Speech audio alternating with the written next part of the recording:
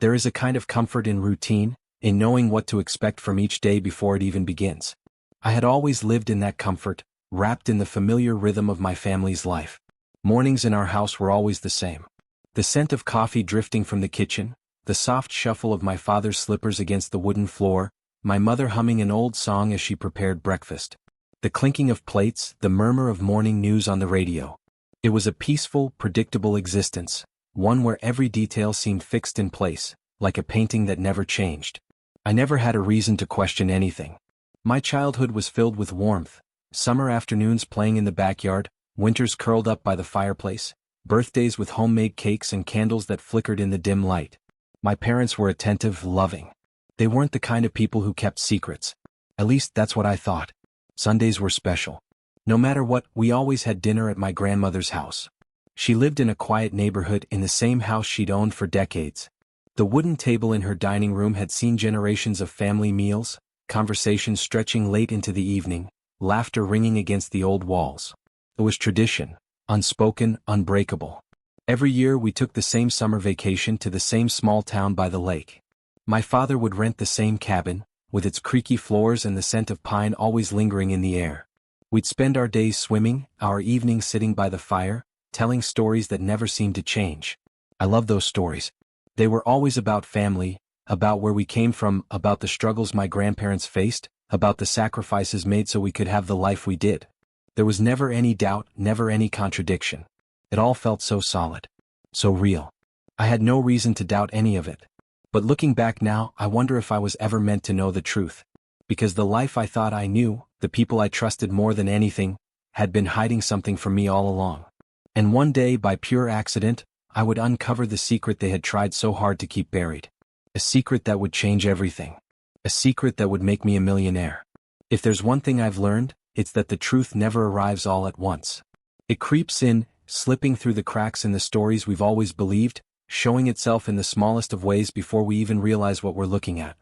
For me, the first crack appeared on a quiet afternoon, in the most ordinary of moments. I had gone to visit my grandmother as I often did. It was just the two of us that day. My parents were busy, my usual routine undisturbed. She welcomed me inside with the same warm smile, the same scent of freshly baked bread filling the air. We sat in the living room, the afternoon light spilling through the lace curtains. She had been sorting through old photo albums, stacks of black and white pictures spread across the coffee table. I recognized many of them. Images of my father as a child, my mother in her younger years, faded snapshots of family gatherings from long before I was born. And then my eyes landed on something unfamiliar. A photograph, slightly bent at the edges, different from the rest. It showed a man I had never seen before. He stood in front of a house I didn't recognize, his arm wrapped around a woman with a familiar smile, one that looked strikingly like mine. And between them a small child. A child that looked exactly like me. My breath caught in my throat. "Who is this?" I asked, holding up the photograph. My grandmother's hands, which had been steadily sorting through the pictures, suddenly froze. I saw something flicker across her face, an expression so brief I almost missed it.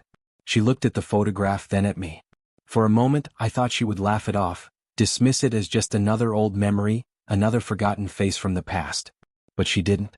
Instead, she reached for the picture, her fingers trembling ever so slightly. "That's nothing, dear," she said, her voice softer than usual. "Just an old photo. A mistake. A mistake." I didn't press her right away. But something about the way she looked at me, the hesitation in her voice, the way she quickly tucked the photo beneath the others, stayed with me. It wasn't nothing. It wasn't a mistake. It was something else. Something I wasn't meant to see. And in that moment, I knew. This was the first crack. And I was about to fall straight through it. I left my grandmother's house that day with a strange feeling in my chest, like a thread had been pulled loose in the fabric of my life, and I could feel it unraveling, even if I didn't yet understand how. The photograph. The man I didn't know. The child that looked just like me. And my grandmother's reaction, too quick, too forced. I tried to push it from my mind, to tell myself it was nothing. After all, I had no reason to doubt my family. No reason to believe that my entire life had been built on something other than the truth. And yet, I couldn't shake the feeling that I had seen something I wasn't supposed to. That night, I lay awake, staring at the ceiling. The memory of the photograph burned in my mind, the details refusing to fade. Who was that man? Why had my grandmother been so nervous? And why did that child, Why did he look exactly like me?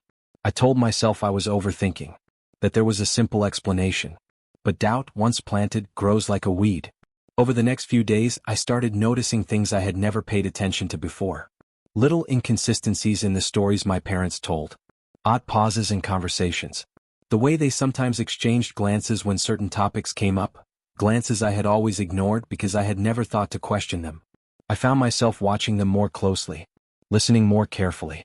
And the more I paid attention, the more I realized something unsettling. They were hiding something. I didn't know what. I didn't know why.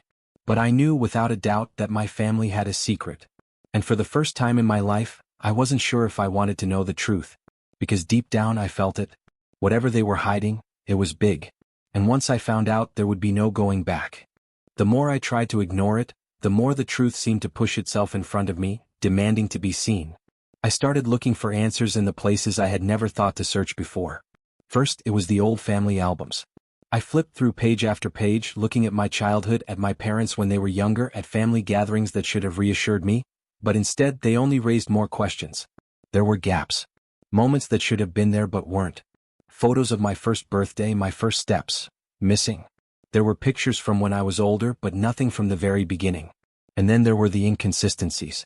I found a few baby photos of me, but something about them felt off. My parents looked younger in some and older in others, as if time wasn't lining up the way it should. Then came the stories. I started asking little questions, harmless ones that wouldn't raise suspicion. I asked my mom about the day I was born, what the weather was like, what hospital I was delivered in. She hesitated. It was cold, she said, but her eyes flickered to my father just for a second. Cold? I frowned. But I was born in July. She laughed too quickly. Oh, I meant the hospital was cold, you know how air conditioning is. It was small. A tiny mistake. But it planted something in my mind, an idea I hadn't wanted to consider. What if the truth I had always believed wasn't the truth at all? I dug deeper. I started looking through old documents, through anything I could get my hands on. Late at night, when everyone was asleep, I went through drawers, through cabinets, through files that had been sitting untouched for years. And that was when I found it. A single envelope, tucked away in a box filled with old tax records. It was yellowed with age, its edges curled. My name was written on the front in ink that had slightly faded over time.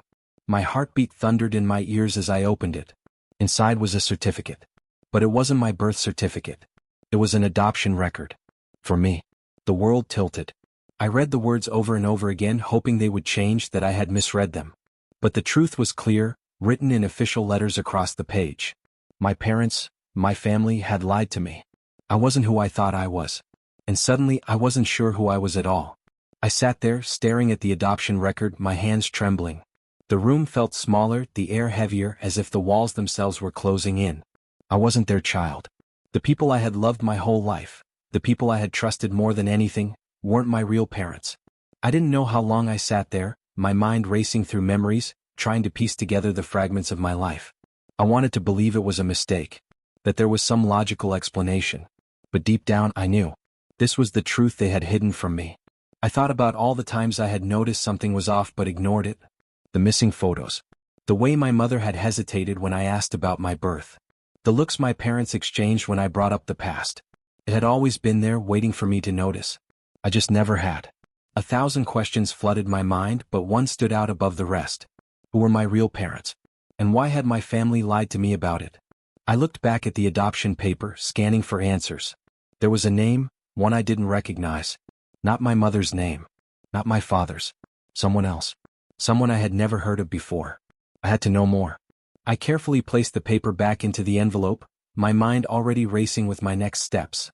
I needed to confront my parents, but I wasn't ready, not yet. Not until I had more answers.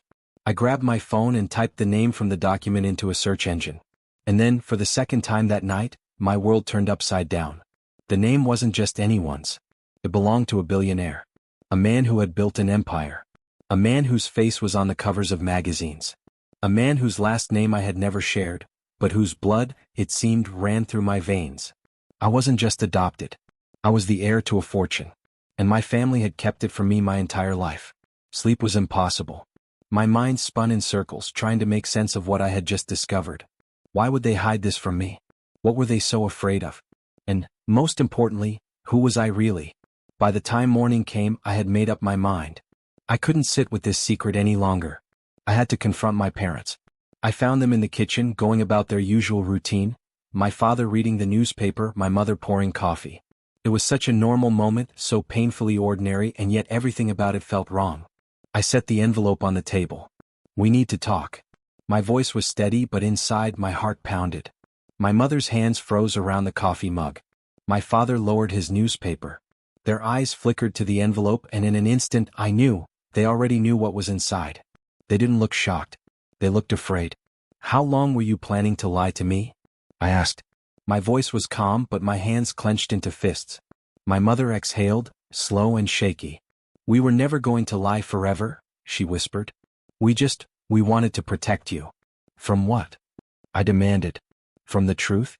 From my real family? From the fact that I swallowed hard. That I'm the heir to a billionaire?" My father's jaw tightened. So it was true. "Please," my mother said softly. "Let us explain." I crossed my arms. "Go ahead." She took a deep breath. "You were just a baby when we adopted you. Your biological father, he wasn't the kind of man who should be raising a child. He had power, yes. Money. More than we could ever dream of. But he was ruthless. Dangerous. He made enemies in the business world, and beyond." I frowned. "So what? You think he was a criminal?" My father sighed. "It's not that simple. He had people who wanted him gone. And when your mother, your real mother, died, he was left with a problem. You. A child who could one day inherit everything. A child who could be a target." I felt cold. "He didn't want me?" I asked quietly. My mother shook her head. "It wasn't that. He wanted to protect you. He knew he couldn't raise you without putting you in danger. So he made a deal. He found a family, us. We weren't rich, we weren't powerful. We were ordinary. And that's exactly what he needed. A place to hide you." I couldn't breathe. All my life I had thought my parents were just simple, average people. But they had been part of something much bigger. Something huge. "Does he know where I am?" I asked, barely above a whisper. My father hesitated. "Not anymore. After a few years he disappeared." "Disappeared?" I echoed. "We don't know if he's alive or dead," my mother admitted. "But if he is alive, and if he finds out that you know the truth," she trailed off, eyes filled with worry. I didn't know whether to feel terrified or thrilled. I wasn't just some random person. I was the lost heir to a billionaire's empire. And now, after all these years, that world might finally be within my reach. The weight of my parents' words settled over me like a heavy fog. All my life, I had lived in the illusion of an ordinary existence, believing in birthday parties, family vacations, and Sunday dinners. But beneath it all, there had been a secret so vast, so impossible, that I still struggled to grasp it. I was the heir to a billionaire's empire. And now I had a choice to make. I pushed my chair back and stood. My legs felt unsteady, but my mind was sharper than ever. "If you were trying to protect me, why didn't you ever tell me? Why let me live my whole life in ignorance?" My father's face was unreadable. "Because knowing the truth would have changed you." I frowned. "What's that supposed to mean?" "If we had told you from the start," he said slowly, "you would have grown up with the burden of who you really are. The weight of it. The danger. You would have been looking over your shoulder, wondering if someone was watching you, waiting for you to make the wrong move." My mother nodded. "We wanted you to have a normal life. To be happy." I exhaled sharply. "Well, that didn't work, did it?" Silence. Because they knew. They knew that no matter what their intentions had been, everything had changed the moment I found that envelope. And there was no going back. I ran a hand through my hair, pacing the room. "You said my father disappeared. But what if he's still out there? What if he's waiting for me to take my place?" My mother paled. "You can't." I narrowed my eyes. "Why not? This is my birthright." "Because you don't know what you're stepping into." My father's voice was firm. "That world is full of people who will use you, manipulate you, and, if necessary, get rid of you." I felt a chill crawl down my spine. "So what?" I said defiantly. "I'm supposed to just ignore this? Walk away from everything that's rightfully mine?" My mother's voice was barely a whisper. "We just want you to be safe." Safe. Safe had been a lie. Safe had been years of pretending, of never knowing who I truly was. I turned back to the table, staring at the envelope that had shattered my reality. Inside it was more than just paperwork. It was the key to a life I had never even dreamed of. Power. Wealth. Influence. a destiny that had been hidden from me my entire life. And now, for the first time ever, it was mine to claim. I stood at the edge of two lives, one I had always known, built on love, warmth, and carefully constructed lies, and another that had been kept from me, brimming with wealth, power, and dangers I had yet to understand. I could turn away now. I could pretend I never found that envelope, never learned the truth. I could go back to my old life, to the safety of what I knew. But the thought of walking away burned. I had spent my whole life believing I was just an ordinary person. But now I knew the truth. I was someone else entirely. And I wanted to know that person. I turned to my parents, my voice steady. "I need to see it." My mother's lips parted in protest, but no words came out. My father's jaw tightened, but he didn't argue. They both knew this was something they couldn't stop. The next few days were a blur of legal documents, secret accounts, and whispered conversations. I learned that my biological father hadn't just been rich. He had been one of the wealthiest men in the world. His empire stretched across industries, built with the kind of influence that made and broke nations. And now, by birthright, it was mine. But with it came risks. There were people who had benefited from my absence. People who would rather see me disappear than take my rightful place. People who might have even played a role in my father's mysterious disappearance. I wasn't just stepping into a fortune, I was stepping into a battlefield. The day I signed my name on the final set of documents, I felt something shift inside me. I wasn't the same person I had been before I found that envelope. I would never be that person again. I was no longer just the child of the parents who raised me. I was no longer just an ordinary man. I was an heir, a millionaire, a name that carried weight in history. And whatever lay ahead, power struggles, betrayals, dangers, I was ready. For the first time in my life, I wasn't afraid of the truth. I was embracing it.